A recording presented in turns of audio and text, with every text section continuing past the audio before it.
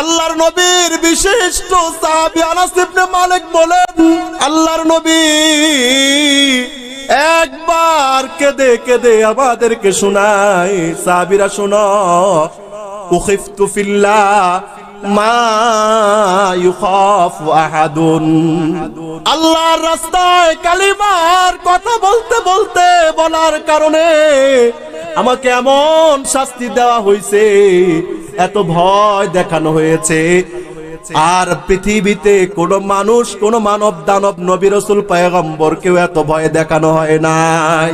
উখিফতু ফিল্লাহ মা লাম ইখাফু আহাদুন ওয়া উদিতু ফিল্লাহ মা লাম ইউদা আহাদুন। এই সাহাবীরা শুনো, আল্লাহর রাস্তায় চলতে গিয়ে, কালিমার কথা বলতে গিয়ে আমাকে এত শাস্তি দেওয়া হয়েছে, পৃথিবীর কোন মানব দানব, নবী রাসূলকে এত শাস্তি দেওয়া হয় নাই। শুধু শাস্তি নয়, শুধু এতটুকুই নয়, ওয়ালাকাদ আতাত আলাইয়া সালাসুনা মিন ইয়াউমিন ওয়া লাইলাতিন। সাহাবীরা শুনো, এমন 30টা দিন গত হয়েছে আমার জীবন থেকে, মালি ওয়ালি বিলাল শাইউন ইল্লা ইউয়ারিবুতু বিলাল।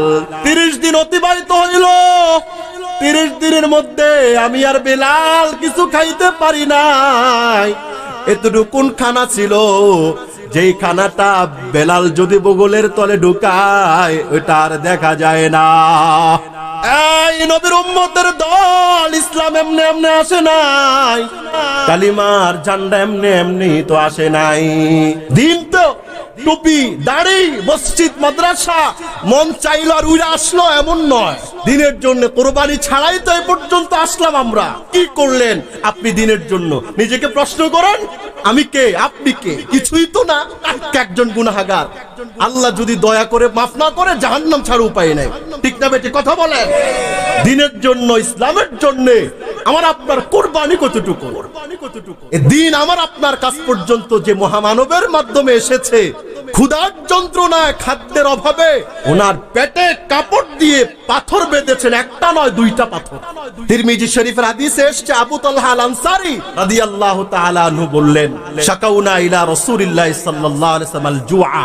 খন্দক খনন করতে করতে ক্ষুধা লাগলো, সমস্ত সাহাবারা মিল্লা আর পাচ্ছি না, কোদালের কোবাদ দিতে পারি না, উঠাইলে পড়ে যায়, এত শরীর দুর্বল হয়ে গেছে। খাই নাই, সকালে নাই, বিকালে নাই, দুপুরে কানা নাই, দানা নাই, কিচ্ছু নাই। একদিন না, 2 দিন না, 3 দিন খায় নাই। সাহাবীরা নবী করিমের দরবারে এসে বললেন, ইয়া রাসূলুল্লাহ, আমাদের পেটে কোনো খানা নাই। তো খানা নাই, এই কথা তো মুখ দিয়ে বললাম, পেট না দেখাইলে তো এটা আরো স্পষ্ট হবে না। ফারাফানা আন বুতুনিনা আন হাজার আন হাজার। প্রত্যেক সাহাবী পেটের কাপড়টা উল্টাইলো, দেখলো প্রত্যেক সাহাবীর পেটে ক্ষুধার তাড়নায় এক একটা করে পাথর বাঁধা। সাহাবী হাজারো আব্দুল কাদের জিলানীকে এক পাল্লায় রাখলে একজন আদনা সাহাবীর মর্যাদা তার চাইতে কোটি গুণে ভারী হবে। প্রত্যেক সাহাবী কাপড় উল্টালেন, পেটের মধ্যে এক একটা করে পাথর বাঁধা। নবী করিম দেখলেন, সাহাবায়ে কেরামদের অসহায়ত্ব দেখলেন, চোখ দিয়ে অঝরে পানি প্রবাহিত হতে লাগলো। ফারাফা আন বাতনিহি হাজারাইন। নবী করিম তার পেটের কাপড় উল্টালেন, প্রত্যেক সাহাবীর পেটে এক একটা করে পাথর বাঁধা। আর আল্লাহ পাকের সৃষ্টির প্রধান আকর্ষণ, বিশ্ব সভার সভাপতি, সমস্ত নবী রাসূলদের মাথার মুকুট, শামসুল হিদায়া, বদরুদ্দুজা, সাইয়্যিদুস সাকালাইন, আফতাবে নবুয়ত, শাহেনশাহে রিসালা, সরকারে দু জাহা, সুলতানে মদিনা, হাবিবুনা তাবিবুনা তাবিবু কুলুবিনা, মুহাম্মদ মুস্তাফা আহমদ মুজতবা সাল্লাল্লাহু আলাইহি ওয়াসাল্লাম পেটের কাপড় উল্টালেন। জিনার মর্যাদা, আল্লাহ পাকের মর্যাদার পরে যার মর্যাদা, সমস্ত নবীদের যিনি সরদার, যিনি নেতা, ইমাম। লা ইউমকিনু সানা কামা কানা হাক্কা বাদাস খুদা বুজুর্গ তুই কিসসায়ে মুখতাসার। এই নবীর উম্মতের দল, এই নবীর সম্মান বলেও শেষ করা যাবে না, লিখেও শেষ করা যাবে না। শুধু এতটুকুই বলবো, মুহাম্মদুর রাসূলুল্লাহর মর্যাদা আল্লাহ পাকের মর্যাদার পরের দ্বিতীয় মর্যাদার আসনটাই হলো বিশ্ব পয়গম্বর মুহাম্মদুর রাসূলুল্লাহর জন্য বরাদ্দ। সুবহানাল্লাহ বলেন। আল্লাহ পাকের নবী পেটের কাপড় উল্টালেন, দেখলেন নবীর পেটে দুইটা পাথর বাঁধা। খানার অভাবে নবী খাইতে পারে নাই, প্রত্যেকেই পাথর বাঁধছে একটা কইরা, আর নবী কারিমের পেটে পাথর বাঁধা দুইটা। এই উম্মত, তুমি কি শুনবা, কি শুনছো শোনো। আল্লাহর নবীর সাহাবী বলে, মুহাম্মদুর রাসূলুল্লাহ সাল্লাল্লাহু আলাইহি ওয়াসাল্লামকে দেখতে এত ভালো লাগে, প্রথমবার দেখার পর দ্বিতীয়বার দেখলে আরো বেশি ভালো লাগে, দ্বিতীয়বার দেখলে আল্লাহ তাআলার রাসূলকে তৃতীয়বার আরো বেশি দেখতে মনে চায়, এই তৃতীয়বার দেখলে চতুর্থবার আরো বেশি দেখতে মনে চায়, চতুর্থবার দেখলে পঞ্চমবার আরো বেশি দেখতে মনে চায়। রাসূল এত সুন্দর ছিলেন। সুবহানাল্লাহ বলো। আল্লাহর নবীর সাহাবী বলেন, আল্লাহ পাকের রাসূলের প্রত্যেকটা অঙ্গ প্রত্যঙ্গ এত সুন্দর, গোটা বডিটা যত সুন্দর, এক একটা অঙ্গ প্রত্যঙ্গ দেখলে তেমন সুন্দর লাগে। সৌন্দর্য একবার দেখলে চোখের মধ্যে সুন্দর বেড়ে যায়, দ্বিতীয়বার দেখলেও সৌন্দর্যতা আরো বেড়ে যায়। সুবহানাল্লাহ। আল্লাহ পাকের নবী দিনের কথা বলার কারণে এই কাবার প্রান্তরে, আমি আরবি হাদিসটা বললাম না সময়ের স্বল্পতার কারণে, বুখারী শরীফের 240 নম্বর হাদিসে এসেছে, আব্দুল্লাহ ইবনে মাসউদ রাদিয়াল্লাহু তাআলা আনহুর বর্ণনা, আল্লাহ পাকের নবী বাইতুল্লাহর আঙ্গিনায় আল্লাহ তাআলার দরবারে নামাজ পড়ে সিজদায় যখন লুটায়া পড়লেন, মক্কার দুষ্ট কাফের বেঈমানরা ঈমানের কথা বলার কারণে নবী করিমের মাথার উপর ওটের নাড়ি বুড়ি পচা দুর্গন্ধযুক্ত জিনিস নবীর মাথার উপর ফেলে দিল। আল্লাহ পাকের নবী কষ্টের কারণে, যন্ত্রণার কারণে সিজদা থেকে মাথা উত্তোলন করতে পারছিলেন না। নবী করিম সিজদায় আল্লাহকে ডাকে, আর আবু জাহেল এই শয়তানগুলো ওটের নাড়ি বুড়ি নবী করিমের মাথার উপর দিয়েছেন, নবী করিম মাথাটা আঙ্গাইতে পারে না। আবু জাহেল হাসে, একজন আরেকজনের উপর খুশিতে লাফায়া পড়ে, আমগো প্রতিমার বিরুদ্ধে আর কথা বললে দেখো কি মজা। দৌড়ায়া মা ফাতেমা আসছে, নবী করিমের মাথার উপর থেকে নারী বুড়িগুলো সরায়া মক্কার জাহেল মুশরিকদেরকে ইচ্ছা মতো বকাঝকা করলো। এই তোরা কার বিরুদ্ধে প্রতিবাদ শুরু করলি? আমার বাবা তো রাহমাতুল লিল আলামিন, আসমান জমিনের রহমত যেই বাবা, যেই নবী, সেই নবীর উপরে তোরা ওটের নাড়ি বুড়ি ফেললি। তোদের মতো নিমুখ হারাম এই পৃথিবীর জমিনে আর হতে পারে না। আল্লাহ পাকের নবী মাথা উঠাইলেন, চিৎকার করে ডাকলেন, আল্লাহ, আয় আল্লাহ, তোমার কালিমা, তোমার কোরআন, তোমার কথা প্রচার করার কারণে তো আজকে আমার এই দশা। আল্লাহ তাআলার নবী বললেন, আল্লাহুম্মা আলাইকা বিকুরাইশ, আল্লাহ কুরাইশের এদেরকে ধ্বংস কইরা দে। আয় আল্লাহ, আপনার সাথে একান্ত আলাপচারিতায় যখন ব্যস্ত, আপনার সাথে কথা বলতে যখন আমি ব্যস্ত, আমার আপনার কথা বলার মাঝে আবু জাহেলরা ব্যাঘাত সৃষ্টি করলো। কারণ হাদিসের মধ্যে এসেছে, আকরাবু মা ইয়াকুনুল আবদু মির রাব্বিহি ওয়া হুয়া সাজিদ, দুনিয়ার মধ্যে বান্দা বান্দি আল্লাহ তাআলার রহমত কুদরত বরাকাতের সবচেয়ে নিকটবর্তী হয় যখন বান্দা নামাজের মধ্যে সিজদায় থাকে। সুবহানাল্লাহ বলেন। আল্লাহ তাআলার নবী বললেন, আল্লাহুম্মা আলাইকা বিকুরাইশ, আয় আল্লাহ, কুরাইশদেরকে ধ্বংস করে দেন। একবার নয়, দুইবার নয়, তিনবার বললেন। এরপরে নাম ধরে বললেন, আল্লাহুম্মা আলাইকা বিআবি জাহাল, আল্লাহ আবু জাহেলরে ধ্বংস কইরা দাও। আল্লাহুম্মা আলাইকা বিউতবা ইবনে রাবিআ, বিশাইবা ইবনে রাবিআ, বিউমাইয়া ইবনে খালাফ। আল্লাহ পাকের নবী এইভাবে ধরে ধরে 7টার জন্য বদদুয়া দিছে। বদদুয়া, নবীদের বদদুয়া ডাইরেক্ট লেগে যায়, বদদুয়া দিতে দেরি। সাহাবী আব্দুল্লাহ ইবনে মাসউদ বলেন, আমি দেখলাম বদরের যুদ্ধের দিন যারা নবী করিমের মাথার উপর নারী বুড়ি দিছে, এদের সবগুলোরে মুসলমান মুজাহিদরা কচু কাটা করে ময়লার ডাস্টবিনে ফেলে দিয়েছে। আর এই সমস্ত জাহান্নামীদের লাশগুলো পচে বেঁচে উঠেছে। জোরে বলুন নাউজুবিল্লাহ। এই দিন অনেক কষ্টের বদৌলতে দিন এই পর্যন্ত আসছে।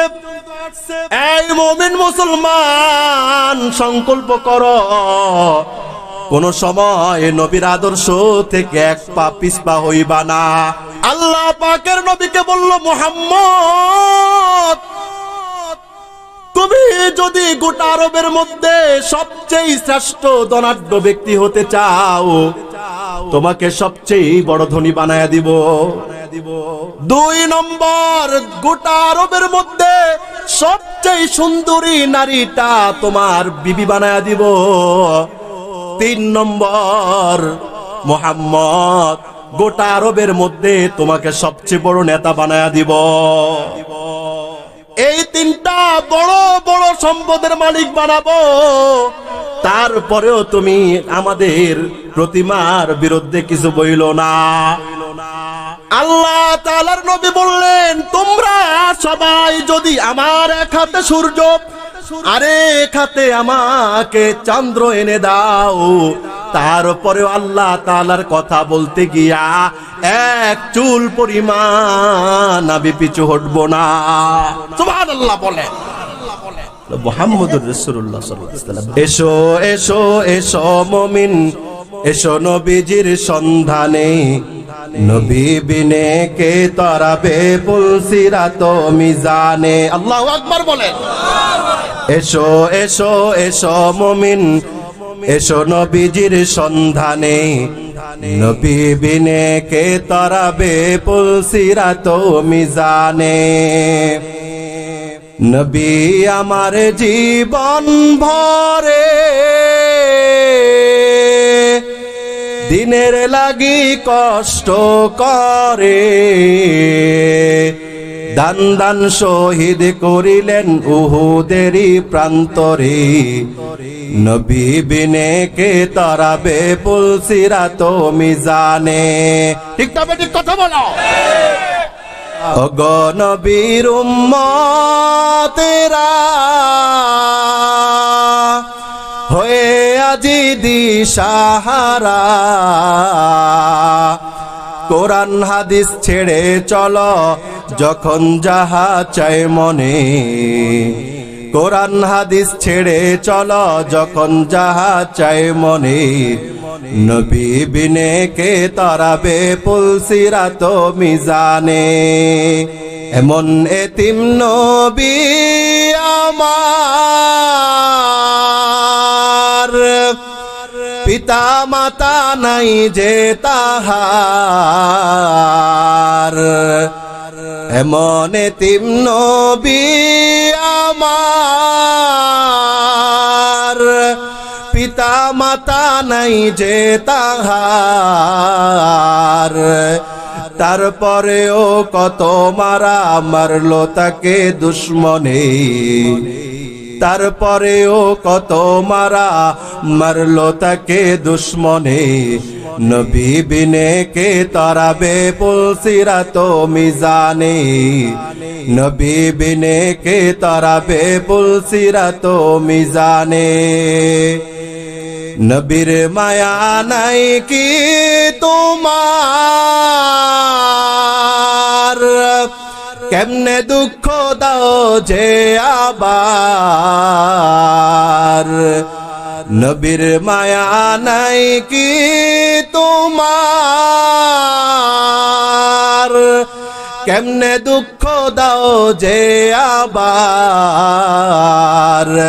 স্মরণ কর দুরুদ পড় প্রথম গাটি কাফনে, স্মরণ কর দুরুদ পড় প্রথম গাটি কাফনে, নবী বিনে কে তরাবে পুলসিরাত মিজানে, এসো এসো এসো মুমিন এসো নবীজির সন্ধানে, নবী বিনে কে তরাবে পুলসিরাত মিজানে।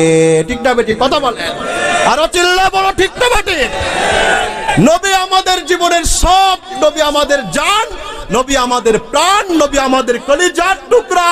নবীর জন্য যেই কোনো ত্যাগ তিতিক্ষা, যেই কোনো কষ্ট ক্লেশ আমরা মাথা পেতে নিতে থাকবো ইনশাআল্লাহ। রাজি আছি না নাই?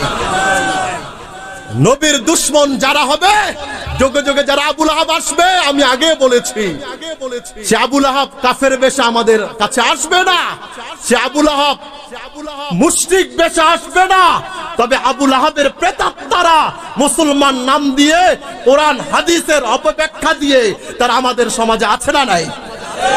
অভাব নাই, অভাব নাই, অনেক আছে, শুধু নাই না অনেক আছে। ঠিক না ঠিক? কথা বলেন। আবু লাহাবকে চিনতে আমাদের বেশি কষ্ট হবে না। কোরআন সুন্নাহ ইসলামী আইন ইসলামী আদর্শের কথা, সুদের কথা বললে চাকরি যায় ইমাম সাহেবের, আছে না নাই? ঘুষের কথা বললে চাকরি যায়। বেটা সুদ ঘুষ এটা কি তোর আমার বাবা বানাইছে নাকি? তোর বাবা বানাইছে? এটা আল্লাহ পাকের ফরমান। এরকম ভাবে মুনাফিক আমাদের সমাজে অনেক আছে। ভাই আমার যে মেসেজটা আপনাদের দরবারে, আপনাদের কাছে, জীবন থাকতে, জান থাকতে, প্রাণ থাকতে আমি আপনি সংকল্প হই ইনশাআল্লাহ আজরাইল আমাদের কাছে আসার আগ পর্যন্ত নিজের জীবন যৌবন সবকিছু দিয়ে হলেও আমরা মুহাম্মদুর রাসূলুল্লাহ আদর্শের উপর থাকবো তো।